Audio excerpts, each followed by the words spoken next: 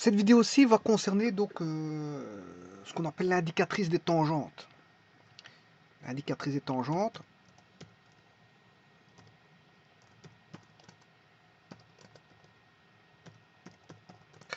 Et notamment le plan oscillateur Tn, qui est une base orthonormale, voilà, qui est mouvante suivant le point M sur la trajectoire. Donc on a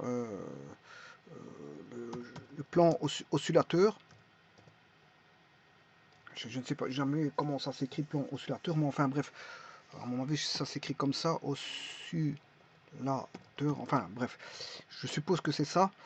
Donc avec les vecteurs bien sûr de base Tn qui sont des vecteurs tous les deux unitaires, où on a T qui est tangente à la trajectoire et N qui est normal, et je vous dirai où il est dirigé, parce que c'est pas un vecteur qui est dirigé n'importe comment, hein. On peut mettre une normale à T, mais voilà, ça doit aller vers le centre de courbure. Donc ici on a une indicatrice de tangente. Je vais vous montrer les indicatrices de tangente, le plan oscillateur, ainsi que la formule de Frenet. La formule de Frenet. Alors je vais la démontrer ici. Bon, pour ça, on va commencer par se dire que, bien sûr, je vais parler un petit peu de courbure et de rayon de courbure. Je vais parler un petit peu de courbure et de rayon de courbure. Bon. Alors, la première des choses, c'est que pour parler des indicatrices de tangente, il faut connaître quelques petites choses. La première chose, c'est que on est dans l'espace. On est dans un espace spatio-temporel. Avec, bien sûr, vous l'aurez compris, un repère qui est posé. Hein. Le repère est posé. Alors, il y a un repère quelque part avec une origine. J'essaie de tenter de le faire tout de suite. Voilà. Alors ce repère peut-être, bon, quel qu'il soit, ce repère on s'en fout. Mais si j'ai mis un repère trirectangle direct, avec, bon, bien sûr c'est IJK comme vecteur de base et XYZ comme dénomination pour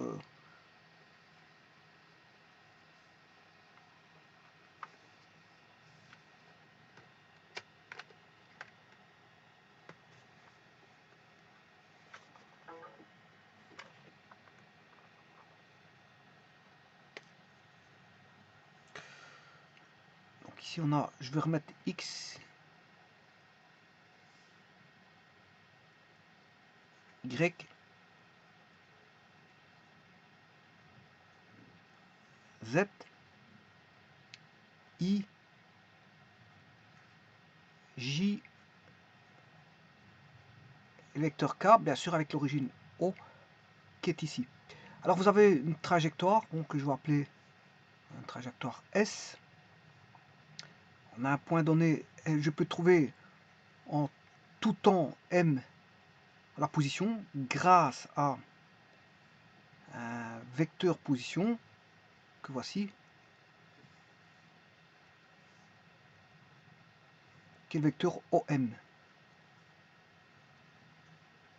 Alors ce vecteur OM, c'est OM, dans le repère c'est OM égale XI plus YJ plus ZK. Et en paramétrique c'est X égale XT, Y égale YT, Z égale ZT. Alors pour ça, voilà, ça c'est la vitesse algébrique. Voilà, si vous voulez la vitesse algébrique, vous dérivez par rapport le vecteur par rapport à t, bien sûr, vous prenez le module, vous avez la vitesse algébrique. Alors, la vitesse, bien sûr, c'est tangent à la courbe. La vitesse est tangente à la courbe. Donc, si je veux un vecteur vitesse, je mets une tangente en ce point-là et j'aurai le vecteur vitesse.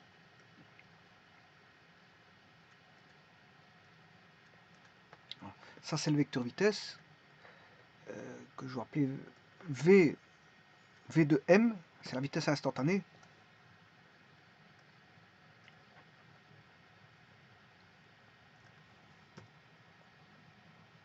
V au point M.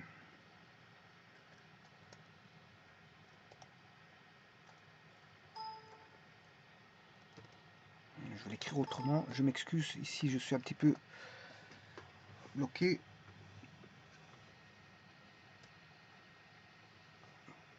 Sortons de là.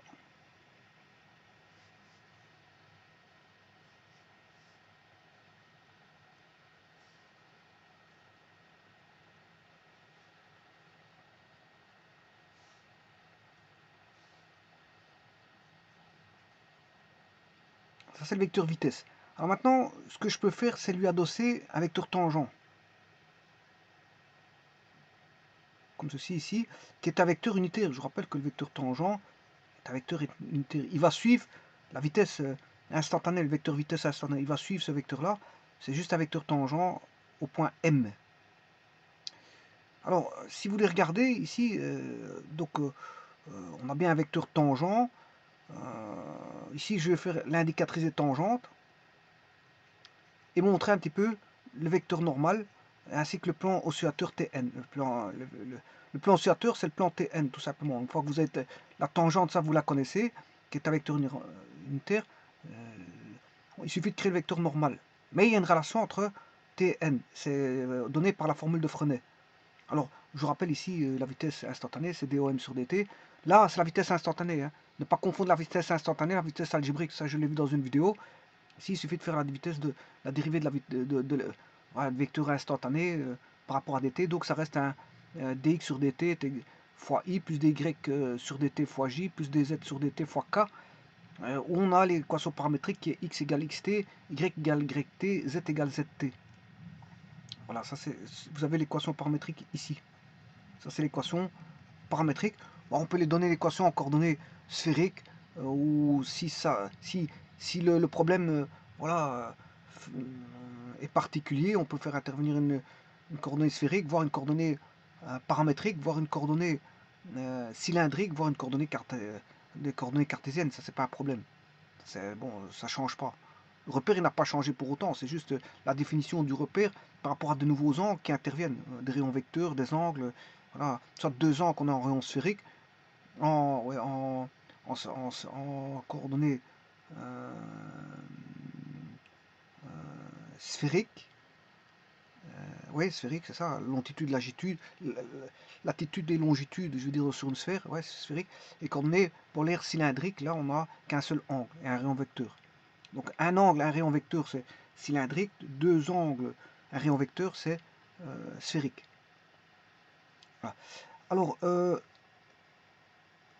donc ça c'est la vitesse. Ça, c'est le vecteur tangent. Je l'ai montré dans une vidéo. Ça a été fait. Hein. Le vecteur unitaire vaut 1. Il suffit de faire le vecteur dOm sur dt sur... C'est un vecteur unitaire. Hein. Quand vous faites R sur R, ceci, c'est un vecteur unitaire. Hein, parce que voilà. Ben, c'est ce que je fais ici, mais avec des dérivés.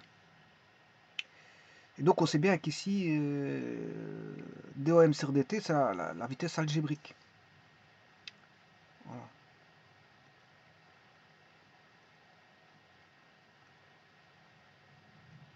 Alors pas confondre, voilà, la vitesse algébrique, elle est là. Vous voyez qu'ici on a là la vitesse algébrique. Ça c'est la vitesse algébrique. Vous voyez que la vitesse algébrique, il suffit de prendre la norme. C'est la norme, bien sûr, c'est ds fois t. ds fois t qui est v fois t. Là, la vitesse instantanée peut être donnée par la vitesse algébrique fois une composante tangentielle. Et donc ici, je définis ici le vecteur tangent, je l'ai vu dans la vidéo précédente, j'ai tout expliqué tout ça. Et donc, ayant ceci, ben, on s'est trouvé les composantes du vecteur directeur de la tangente qui est L, M et N. Donc j'aurai LI plus MJ plus ZK où L, M et N valent dx sur ds, dy sur ds et dz sur ds. Voilà, parce qu'ici t vaut dOm sur ds, tout simplement. Alors, sachant que OM vaut xi plus yj plus zk, ben, dOm sur ds, c'est dx sur ds. Alors, si je fais la projection, on aura dx, dy sur ds, dx sur ds, dy sur ds et dz sur ds, c'est-à-dire on aura les paramètres directeurs du vecteur t. Vecteur t. Bon, donc ils sont donnés ici Li plus Mj plus Zk. Eh bien, c'est à partir de là que voilà, ici c'est une autre manière je pars de, euh, je pars de la définition de la vitesse algébrique. C'est une autre façon de voir les choses, hein. Je ne sais pas ce qu'il est. Voilà. Je pars de la vitesse algébrique, donc de cette formule-là, voilà, et je retire le t. Je retire le t. Et c'est ça que je fais ici en deuxième méthode. En deuxième méthode, je retire le t de Vm sur ds sur dt, avec cette formule-là. Et donc, au bout du compte, je retrouve, que ce soit l'un ou l'autre, je retrouve que c'est toujours dOm sur ds. C'est toujours dOm sur ds. Voilà. À partir de là, ça c'est la donne principale. Donc, ça veut dire que quand vous avez une courbe, ben, on sait trouver le vecteur t. Ce vecteur t est égal à dOm sur ds. Et ça, c'est Lx, Li, je m'excuse. Paramètre directeur de ce vecteur, c'est Li plus Mj plus Zk avec le L qui vaut dx sur ds. I, le M vaut, je m'excuse,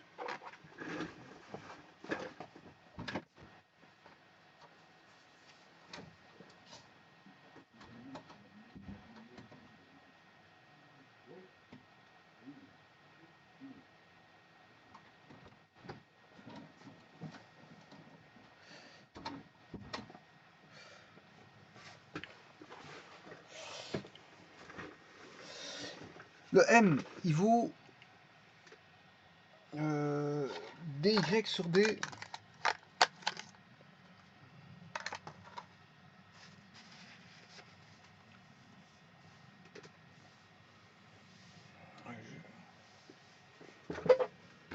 dy sur ds. Je vais écrire dy sur ds j plus dz sur ds k. Voilà. Et ça, c'est le vecteur t. Voilà. Et donc ça, on a le vecteur t. Alors, on va créer ce qu'on appelle maintenant l'indicatrice des tangentes avant de créer le plan oscillateur. Donc, mon t, il est défini, on sait où il est. Hein. Le t, on sait où il est. Alors, le t, ben, il est tangent à la courbe. Le t tangent à la courbe. Alors, on a une courbe, je prends point M, voilà, le t,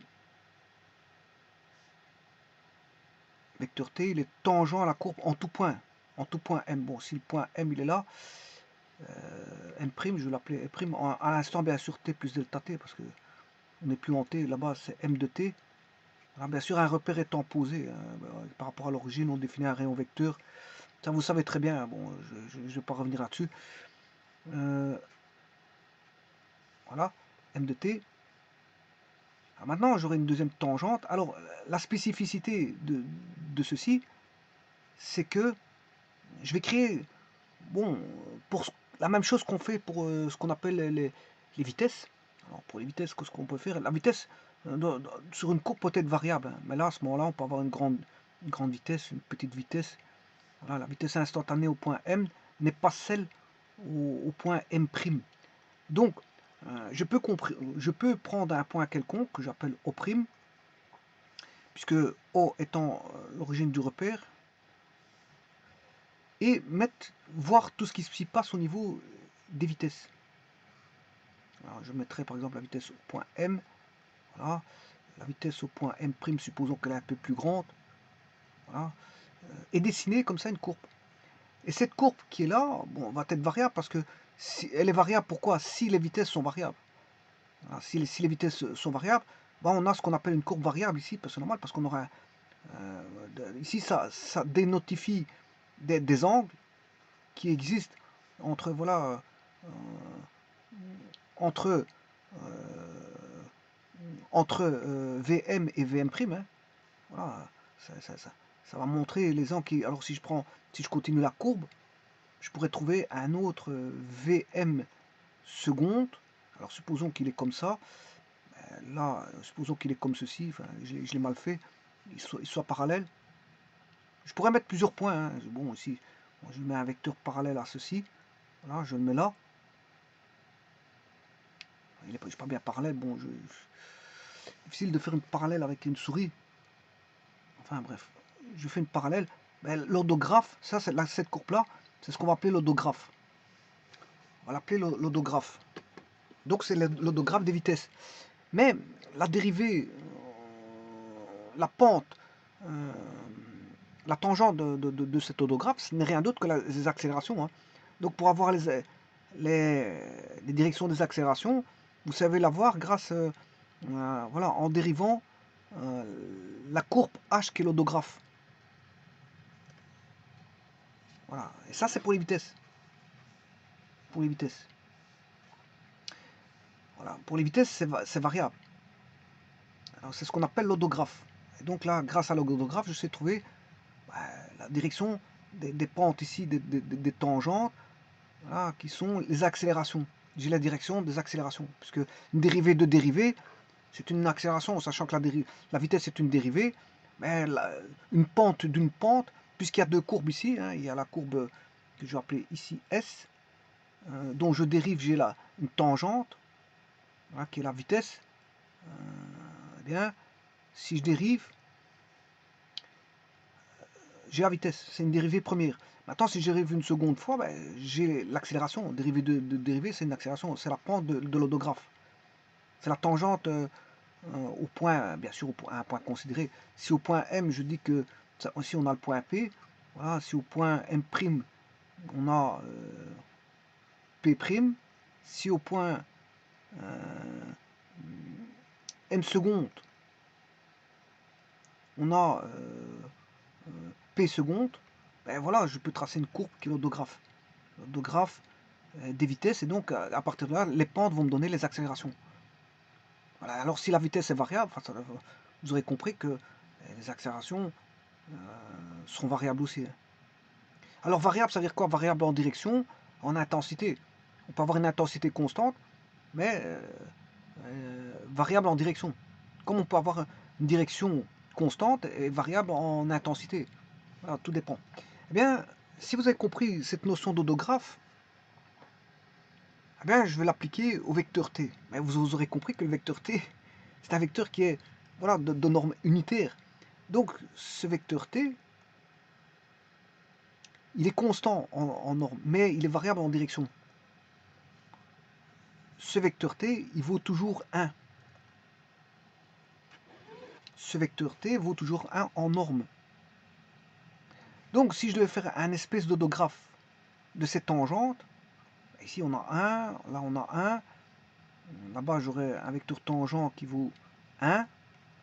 Alors, en norme, vous aurez compris que si je mets un point au prime, ben, j'aurai un vecteur, si je fais une tangente au point m de t, de ce vecteur t, ben, j'aurai par exemple le vecteur t ici, bon, vecteur t qui serait voilà, au point P. Alors si je fais une tangente de une parallèle, voilà, une parallèle de cette tangente là, en fait c'est tout simplement des vecteurs que je vais lier au point P. Tout simplement, c'est tous ces vecteurs t que je vais lier au point P. Mais la particularité, c'est qu'ici t est le même partout. T est le même partout, donc vous aurez compris qu'on aura un cercle. Voilà, l'indicatrice des tangentes ici est forcément un cercle. Ici j'ai mal mis la parallèle. Donc ça s'appelle plus ici un odographe. Bon, j'arrive pas à faire de parallèle, je ne sais pas pourquoi. Mais enfin, bref, j'ai difficile avec une souris de faire des parallèles. Donc ça, c'est comme si je le mettais ici. Voilà, je pourrais le faire comme ceci. C'est plus facile. Commencer à tracer des parallèles. Voilà, celui-là. c'est celui-là. Alors je vais aller rechercher un autre. Supposons que la tangente ici elle est comme ceci, ben, voilà, je la mets là. Voilà.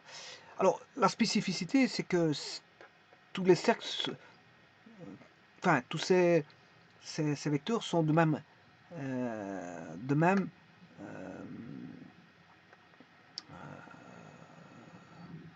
voilà, de même, comment est-ce qu'on appelle ça, norme, de même norme. Ils sont tous de même norme. Donc ce qui va se passer ici, c'est qu'on a un rayon constant. Bon, maintenant il peut réaugmenter, hein.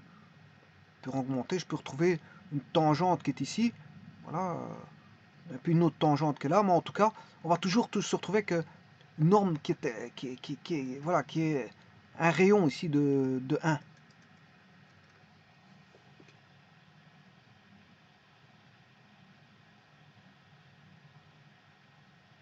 Un rayon de 1. Bon, maintenant, si je fais la dérivée de la tangente,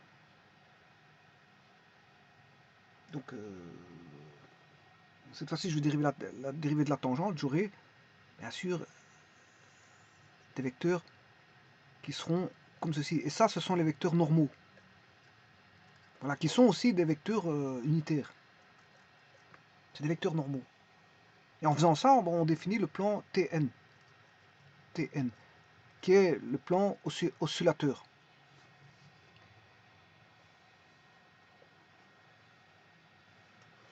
Donc voilà, c'est ça, c'est un petit peu ça. Donc par définition, le vecteur t, c'est un vecteur unitaire, hein, et au prime, c'est un point quelconque, si vous voulez, du plan, c'est un point fixe, et on met un point P tel que le vecteur OP', O'P, je m'excuse, O'P est égal à t. Donc on fait en sorte que O'P égale le vecteur t. Donc j'y vais écrire.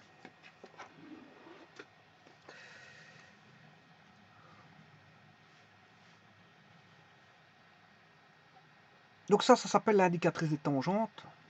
Cette courbe-là, c'est un petit peu comme, je veux dire, les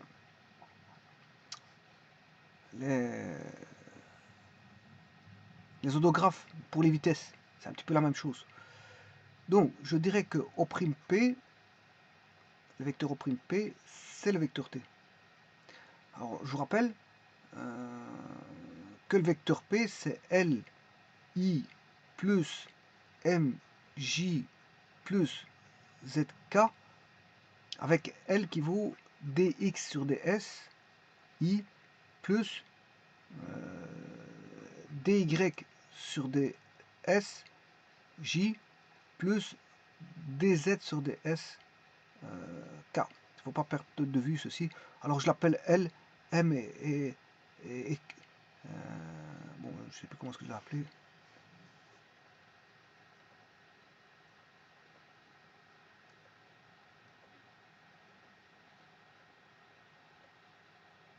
LMN. LMN. LMN. Je suppose que je ne me suis pas trompé là-bas. J'ai fait la même erreur ici. C'est LMN.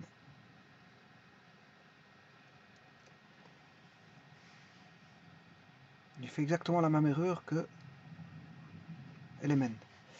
Voilà. Revenons ici. Et là, effectivement, c'est LMN. Donc, pourquoi LMN? C'est pour faciliter l'écriture. Hein. Bon, c'est pour éviter de trimballer des dx sur ds, dy sur ds, et des... Voilà. C'est juste pour ça. Voilà, là, les paramètres, c'est LMN du vecteur tangent.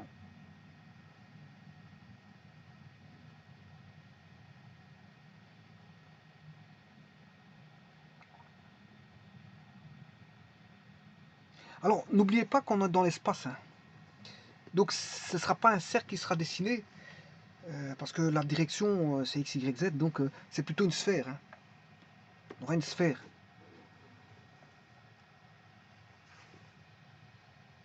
Donc, l'indicatrice des tangentes sera une sphère et pas un cercle. Hein.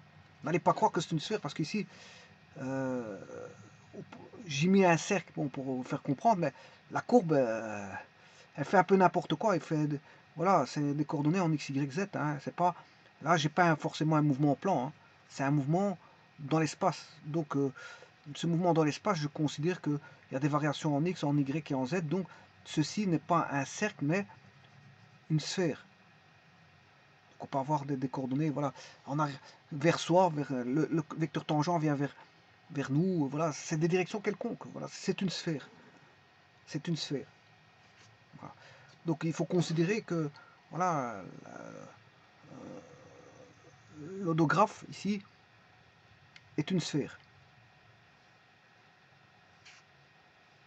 On aura ici l'odographe, bah, au prime, bien sûr, là on a une sphère.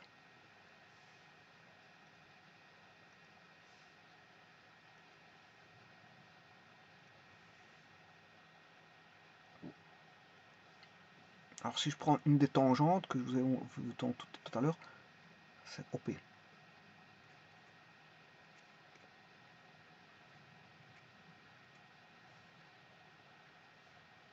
C'est une des tangentes parmi la masse de tangentes qu'il y a. La masse de tangentes qu'il y a. Donc, ici, lorsque le t varie, P décrit une courbe sphérique, que j'appelle, je peux appeler H pour, c'est pas, ici, comme c'est des tangentes, c'est un peu particulier, c'est pas un odographe, ici, c'est les vitesses, quand c'est des vitesses, on appelle ça odographe, ici, je vais appeler ça indicatrice des tangentes, voilà, c'est l'indicatrice des tangentes, et donc, on sait bien que dans cette indicatrice des tangentes, ben, on a la courbe décrite est S'. Voilà, c'est S'. Alors, ne pas confondre S et S', parce qu'il y en a un c'est S et l'autre c'est S'. Alors, première courbe, supposons, pour faciliter les tâches de dessin, je vais mettre des courbes un petit peu plus faciles, pour bien comprendre.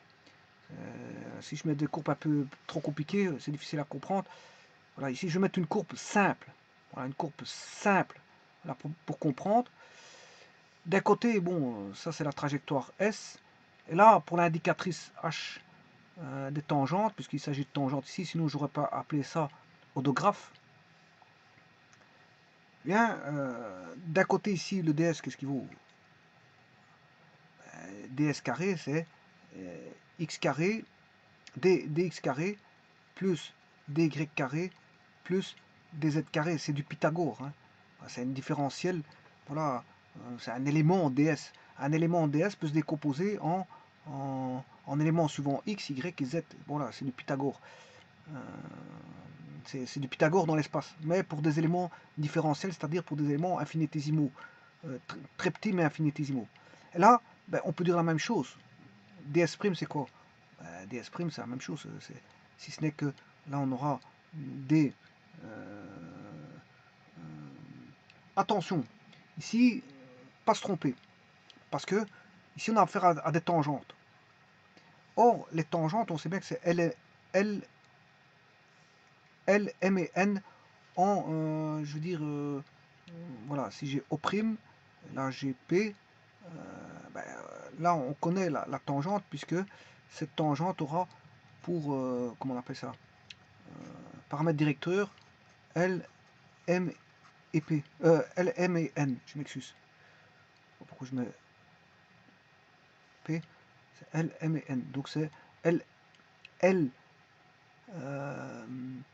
L, I plus MJ plus ZK. Mais ça, c'est quoi?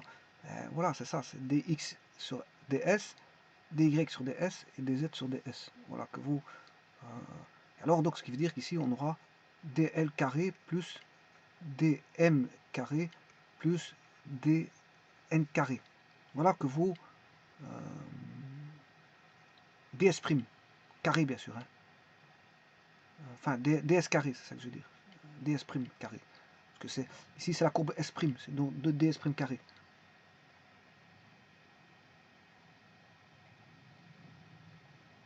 Alors, bien sûr, on s'oriente, l'orientation dans cette courbe-là H, sur cette courbe-là H, on va dans le même sens que la courbe de S. Voilà, on va dans le même sens que celui-ci. Si celui-ci va par là, on va aller par là. Et comment voir qu'on va dans le même sens? On fera tout simplement le rapport. Hein. Vous faites le rapport ds sur ds'. Et là, si c'est positif, ça veut dire qu'on va dans le même sens. ds sur ds', ils vont dans le même sens. Voilà. Et donc, le vecteur unitaire de la tangente à h cette fois-ci, je vous ai dit que c'était la normale. Donc si je prends un vecteur voilà, unitaire, ça c'est la normale. Bien sûr, sa norme elle vaut 1. Mais elle vaut quoi? Elle vaut dérivée, puisque c'est bon, elle est tangente hein, à la courbe, dérivée de O'P, ce vecteur O'P, ce vecteur-là, c'est dérivé de la tangente. Hein. Voilà, c'est dérivé de O'P par rapport à S'. On dérive par rapport à S'. Voilà. Alors, je vais le réécrire, et ça, c'est le vecteur normal. Et à partir de là, je peux faire le développement et trouver la formule de Frenet. Donc, l'indicatrice des tangentes, c'est juste voilà, un odographe pour les tangentes, tout simplement. On a en tangente de l'odographe la normale. Voilà. Et le plan oscillateur, c'est tout simplement le plan Tn. Le plan Tn. Donc, je viens de dire que la normale,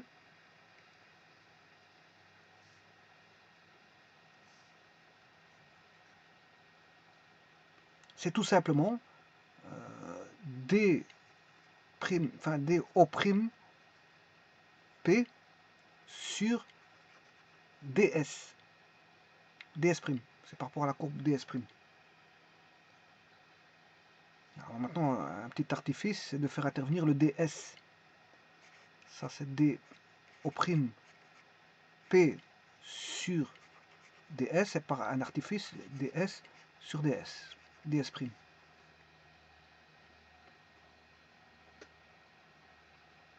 Alors je rappelle que O'P, c'est la tangente. Hein. C'est la tangente. Donc, quelque part ici, O'P, c'est dérivé de la tangente. Hein, sur ds. Fois, bien sûr, ds sur ds'. Alors, bien sûr, ceci, c'est aussi dérivé d'O', c'est une dérivée seconde de OM par rapport à ds carré, hein, par rapport à ds. C'est une dérivée seconde. Je peux dériver deux fois. Voilà, et ça, c'est toujours n. Je dérive. La normale, c'est la dérivée de la dérivée. La dérivée de quoi? De OM par rapport à la courbe S. Voilà, je dérive deux fois OM par rapport à la courbe S. Et ça fait des O'P par rapport à la courbe par rapport à la courbe S'. Voilà. Alors, maintenant, il y a une petite définition que je vais donner ici.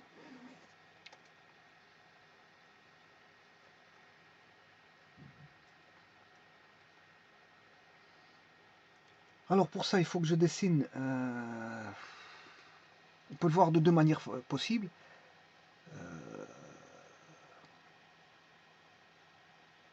Bon, je vais le voir d'une première manière et puis de la seconde manière, comme je suis en train de voir ici. Alors, d'une première manière, je mets un axe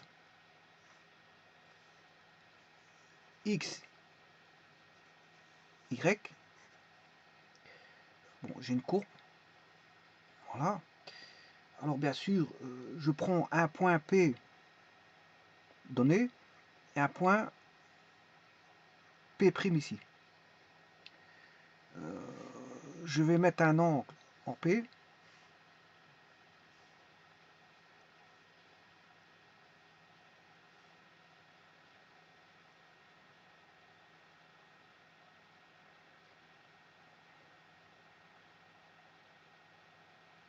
Voilà. Donc ça, c'est une tangente en P. Il commence pas en 0, hein, c'est juste une tangente. Hein. Je l'ai mal fait, c'est vrai que... Je sais pas pourquoi j'ai commencé en 0. Je fais en sorte que ce soit une tangente. Bon, je vais dessiner cette tangente en P. Voilà, comme ceci. Voilà, je vais mettre une seconde tangente. Cette fois-ci qui va passer par là. Voilà. Alors maintenant, bien sûr,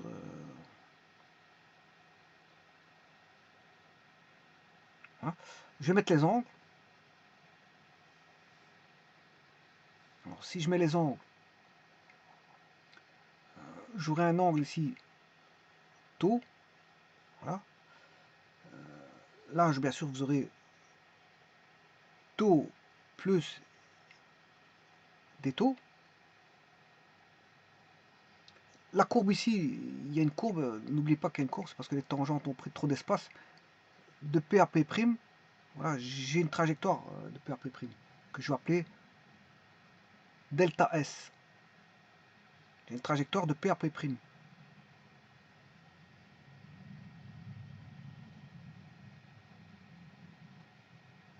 Alors, où est ici le delta taux? Ben, il est là. Ça, c'est delta taux. Voilà. Eh bien, à partir de ça, on peut définir la courbure. Parce que je vais faire intervenir le rayon de courbure.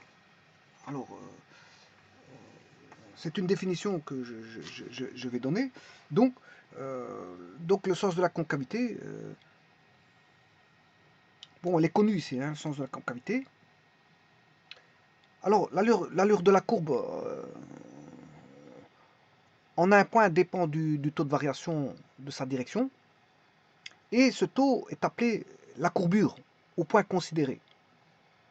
Alors, la courbure, généralement, on la note par la lettre K. Alors, je vous ai dit tout à l'heure, ne pas confondre la courbure et le rayon de courbure. Ça, c'est la courbure. Et le rayon de courbure, c'est R.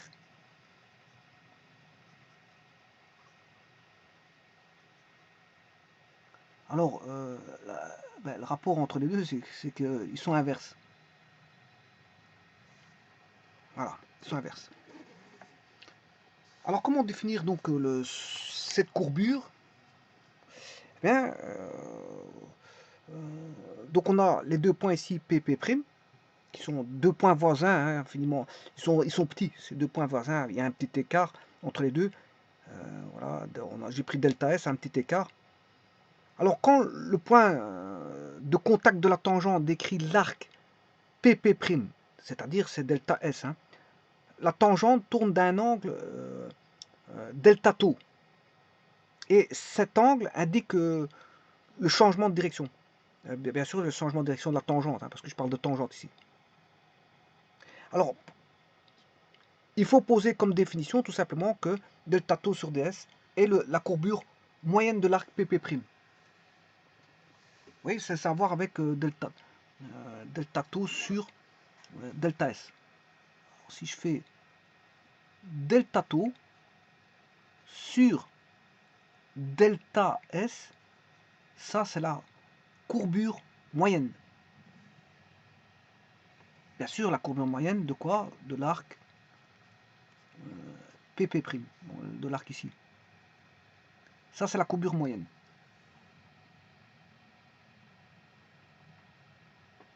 Alors, qu'est-ce que c'est que la courbure? Ça, c'est la courbure moyenne. Hein. Donc, je vais l'appeler...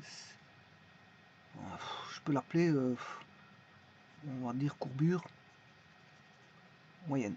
Maintenant, qu'est-ce que c'est que la courbure? Ben, vous aurez compris qu'il faut faire tendre ceci là, vers 0. Donc quand delta S tend vers 0, quand il devient infiniment petit. Donc s'il devient infiniment petit, je vais écrire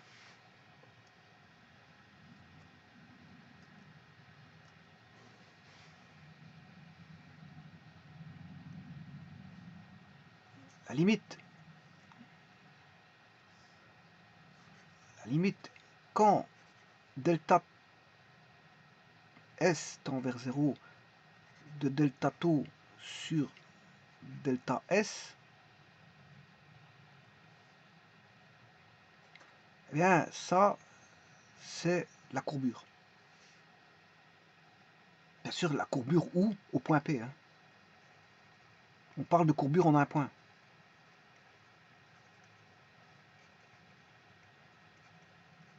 C'est la courbure au point P.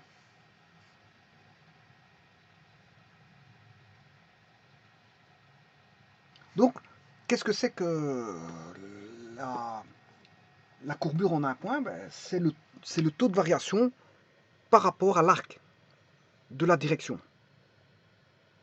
Bien sûr, attention que l'angle delta tau est mesuré en radians et la longueur delta S de l'arc en unité de longueur. Hein.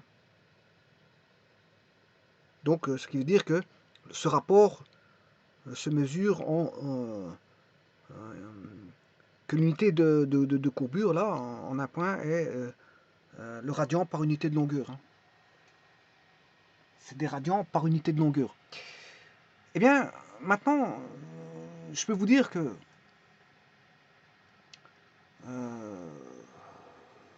voilà, ça c'est une définition. C'est une définition.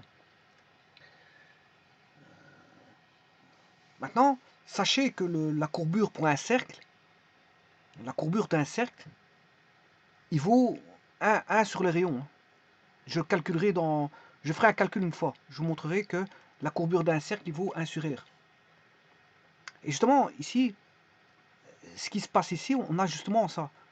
Puisque la tangente ici, enfin on a une sphère, bah, cercle ou sphère, bon, la courbure elle vaudra 1 sur R. Donc le rayon de courbure vaudra R, qui est le rayon de la sphère ou du cercle. Ici c'est une sphère, parce qu'on est dans l'espace. Bon. Eh bien, maintenant je vais revenir à la formule de tout à l'heure. Voilà, celui-ci.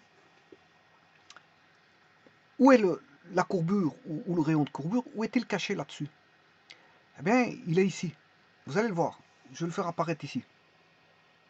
Donc, je vais partir du principe que n vaut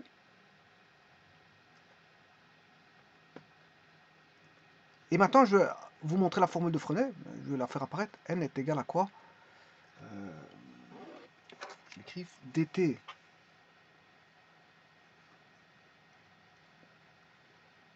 sur ds fois ds sur ds'.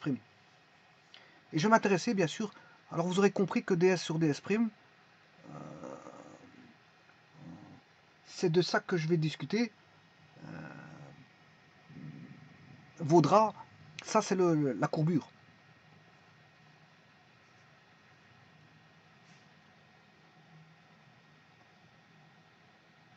Le rayon de courbure. Vous voyez que je me trompe moi aussi. Hein. C'est le rayon de courbure. Parce que ça va être R. Comme c'est les tangentes ici, bon, si on a à faire des tangentes avec toujours le même on va dire, la même norme, donc on aura une sphère qui dit sphère dit que le rayon de courbure vaut le rayon de la sphère, R, et donc la formule de Frenet n'est rien d'autre que n sur R est égal à dt sur ds. Voilà, dt sur ds. Voilà. Et ça, c'est la formule de Frenet. C'est la formule de Frenet. Bon, alors avant de vous montrer sur GeoGebra comment ça va un petit peu, cette histoire-là, je vais montrer juste un petit truc encore une fois.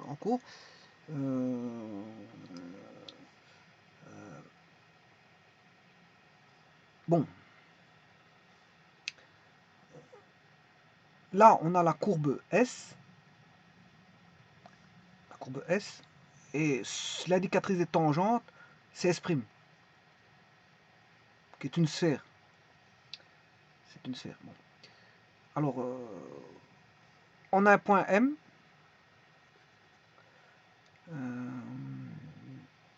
Bien sûr, j'aurai la normale. Maintenant, je peux mettre la normale, hein, parce que j'ai le plan oscillateur qui est défini.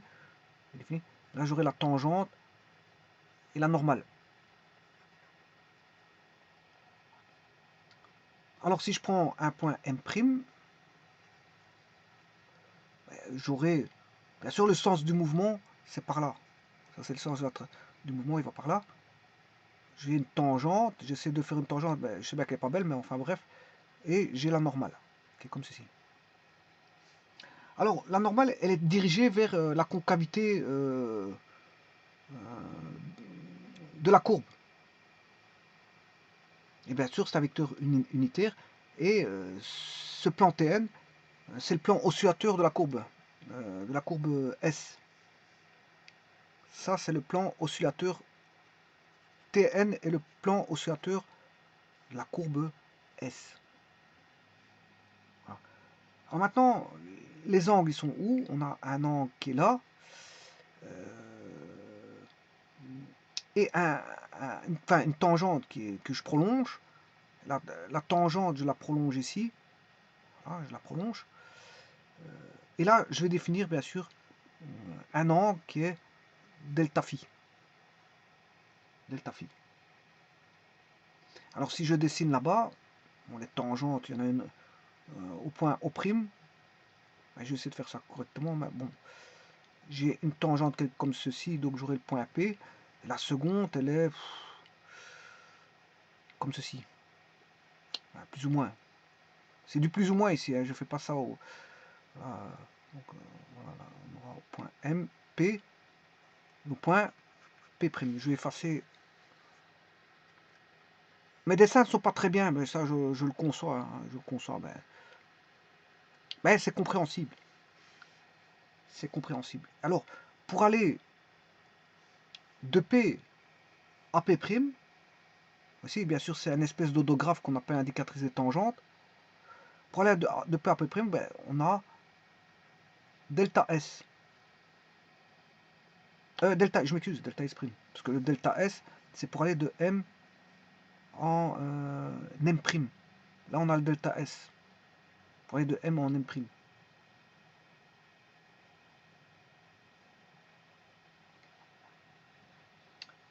Voilà. Et delta phi, c'est l'angle, je veux dire, entre les deux tangentes. Entre les deux tangentes, c'est-à-dire, comment varie la tangente? C'est la variation de la seconde tangente par rapport à la première. Elle a fait une variation d'angle de phi. Alors, bien sûr, si je fais delta phi sur delta S,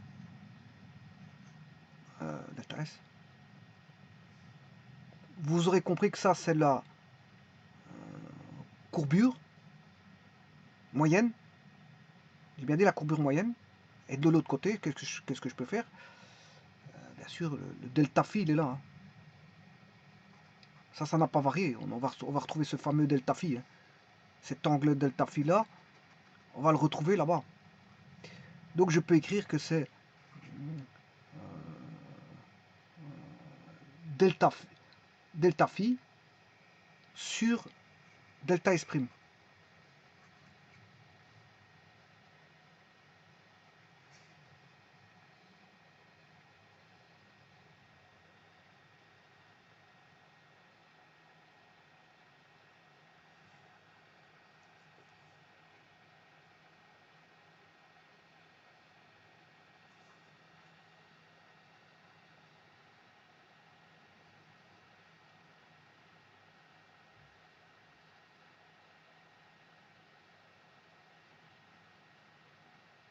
Non. Là, ça va être donc delta phi sur delta S est égal à delta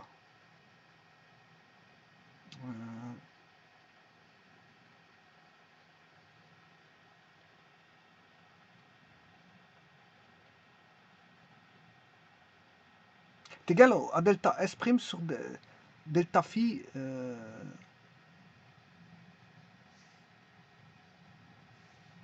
est égal à delta S' sur delta S.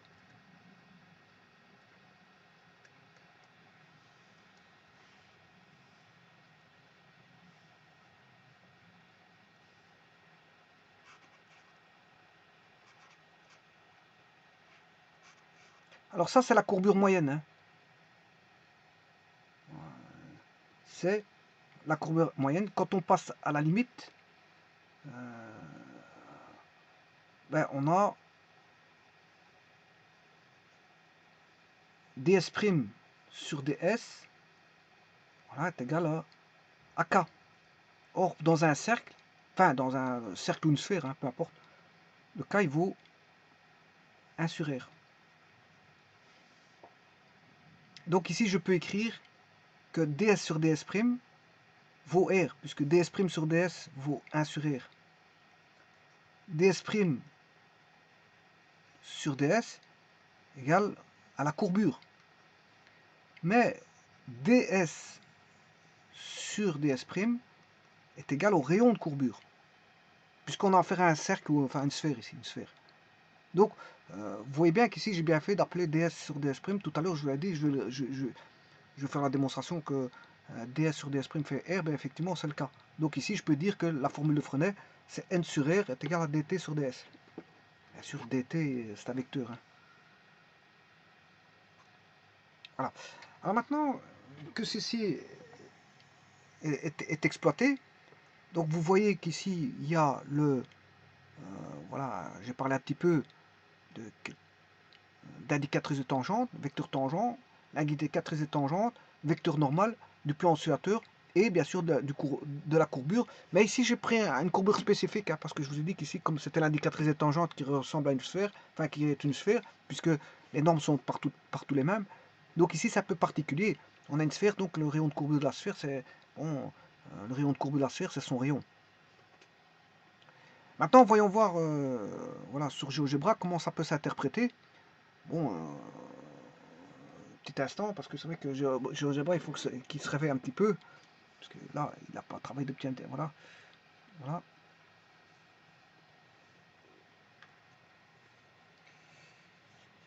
Eh bien, je vais prendre une parabole.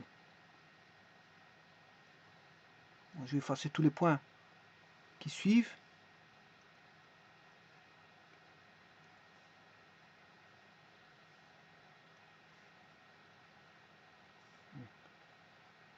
Il y a encore quelques petites choses à effacer.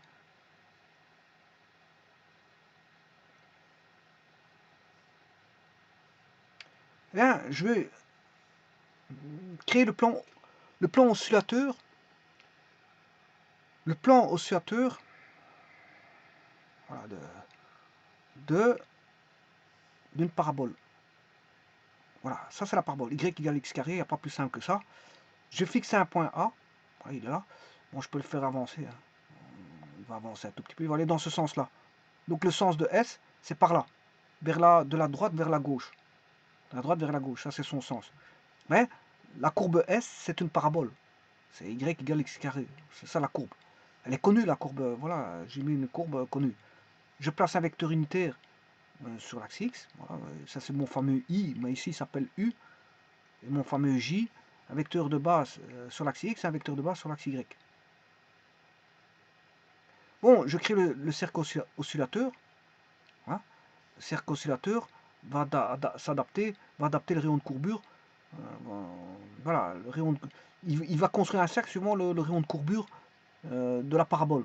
En tout point, bien sûr. Hein, en tout point, voilà. Et à chaque point, vous avez le rayon de courbure. C'est un rayon de courbure variable ici. Voilà, c'est pour ça que j'ai tapé juste cercle oscillateur. Et qu'est-ce que j'ai mis? Ben, j'ai mis le point A et bien sûr le point A qui va décrire la courbe qui est la parabole y égale x carré. Et donc là, il calcule tous les rayons de courbure et il trace voilà, un cercle en fonction de ces rayons de courbure. Voilà, comme ça, vous le savez, c'est comme ça que ça se passe. Voilà. Alors maintenant, je peux exploiter ça pour mettre mon vecteur Tn. Alors comment ça, c'est le cercle oscillateur. Grâce à ce cercle oscillateur, je vais créer le plan oscillateur, enfin le référentiel TN. TN. Bon. Alors pour ça, qu'est-ce que je fais? Bon, je vais laisser décrire un petit cercle pour que vous voyez, parce qu'ici le cercle est trop grand. Voilà, ici c'est un petit cercle. Qu'est-ce que je fais? Par rapport à ce cercle, je vais chercher le centre de ce cercle. Une fois que le centre est défini, du cercle, bien sûr, je crée un vecteur orthogonal, voilà, W, mais le problème, bon, qu'est-ce que c'est que ça? Ben ça, c'est le vecteur orthogonal, c'est le vecteur tangent. Et je vais vous faire tourner, mais c'est un vecteur tangent.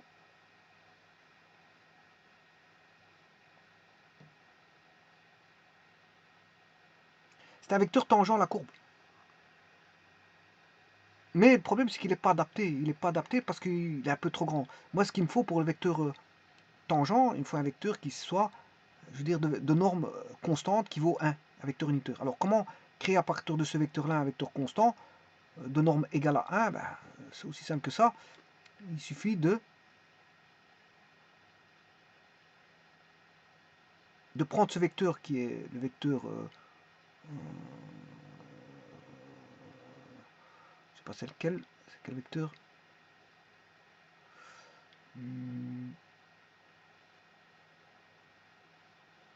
c'est A. Donc je vais créer le rapport A sur A. Voilà. Est-ce que c'est le A?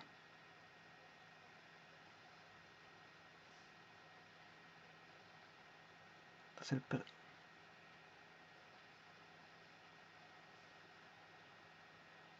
Oui, je vais l'avancer un petit peu parce qu'en fait il se met à un endroit qu'il ne faut pas. Parce que j'ai besoin de l'origine pour vous montrer ce qui se passe à l'origine. Voilà, on va le mettre comme ça. Voilà, comme ceci. Alors, qu'est-ce qu'on va faire? Je vais créer tout d'abord un vecteur W. Voilà, ça c'est la normale. Il est centré par rapport au cercle oscillateur qui est le cercle qui donne le rayon de courbure. C'est un cercle qui donne le rayon de courbure. Voilà. Donc je mets un vecteur qui va vers le centre. Donc c'est bien un vecteur. Le problème c'est que c'est un vecteur normal, mais il n'est pas unitaire. J'ai le vecteur tangent et le vecteur normal, mais ils ne sont pas unitaires. Alors pour les rendre unitaires, mais je divise par W divisé par W. Voilà. Et par rapport à ça, je le remets au point A. Au point A. Voilà. Et voilà, je trace le vecteur AC. Et là, j'ai le vecteur unitaire. Donc maintenant, je peux retirer le vecteur A. Oui, ici, c'était plutôt le vecteur normal. C'est le vecteur normal qui a été créé. Ça, c'est le vecteur normal. Donc, ce que je dois enlever, c'est W. Voilà. Alors, ce vecteur normal, il a l'origine aussi. Hein. Il y en a deux. Un sur A et un à l'origine.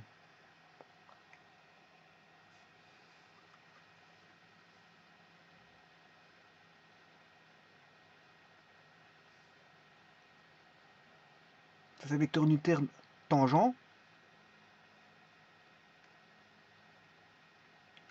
Je le place en A. Et cette fois-ci, je peux retirer le vecteur A. S'il est trop grand. Bien sûr, il faut que je trace le vecteur AD.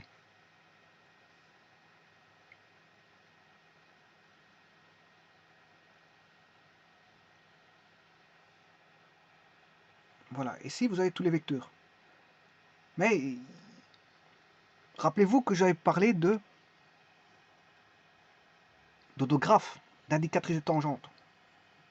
Alors je vais vous montrer ce qu'est l'indicatrice de tangente. D'abord, vous allez bien voir que c'est un plan oscillateur, ça. Vous voyez, c'est deux vecteurs unitaires. Un donne la tangente, mais il reste toujours de norme égale à 1.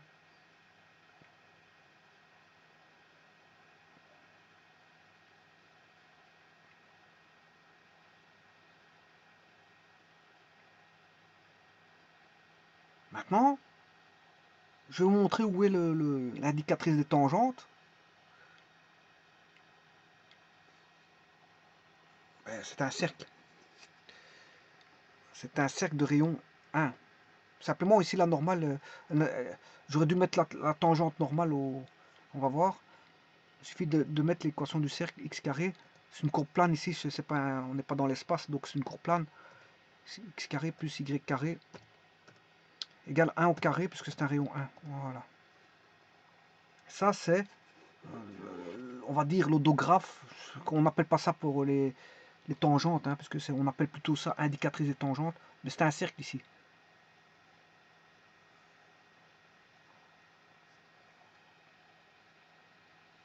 Centre à l'origine, parce que j'ai choisi mon point à l'origine. Voilà. Le cercle que vous voyez là-bas, c'est l'indicatrice des tangentes. En bas. Bon, le cercle oscillateur, il va partir, voilà. Il part, il disparaît. Mais là, en dessous, c'est le cercle... Voilà, maintenant, le cercle oscillateur arrive, il va repartir. Mais le cercle, voilà, qui est en bas, c'est le cercle, comment on appelle ça, comment est-ce qu'on appelle ça c'est l'indicatrice des tangentes.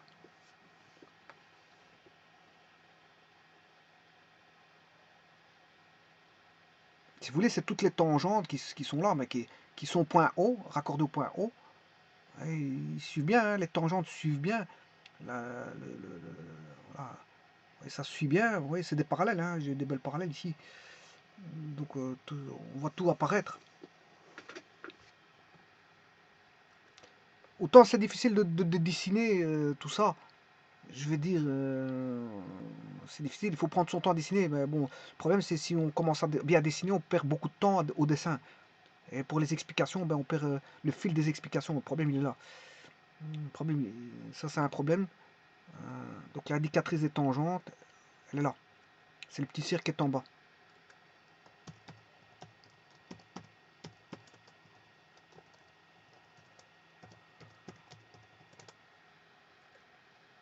Ah, ça c'est ça. Ouais, le cercle oscillateur, ben, c'est l'autre qui monte et qui descend.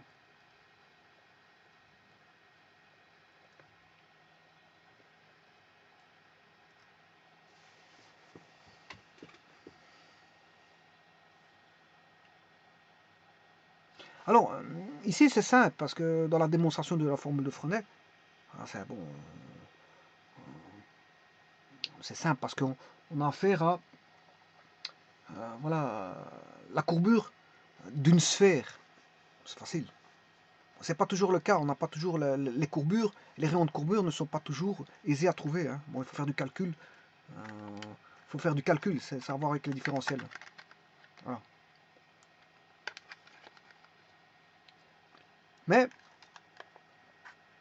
je montrerai une formule qui permet de trouver le rayon de courbure facilement grâce, mais ça c'est un point de vue mécanique bien sûr, grâce à la vitesse instantanée, l'accélération instantanée via un produit vectoriel. Ouais, vous verrez qu'il y a moyen de trouver la formule euh, du, euh, du rayon de courbure.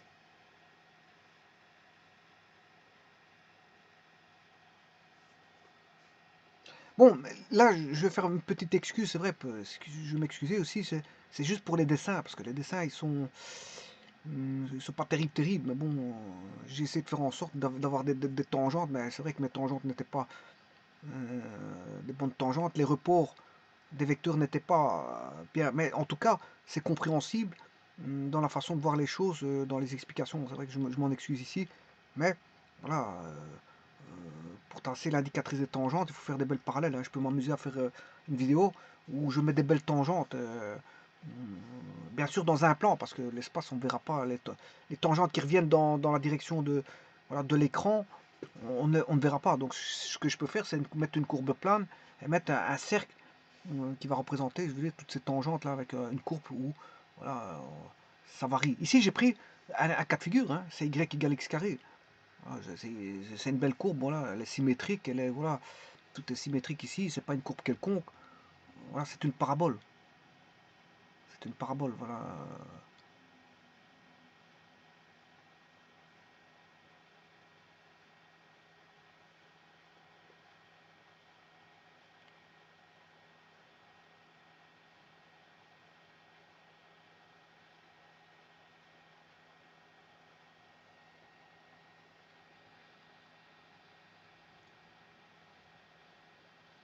Je vous remercie.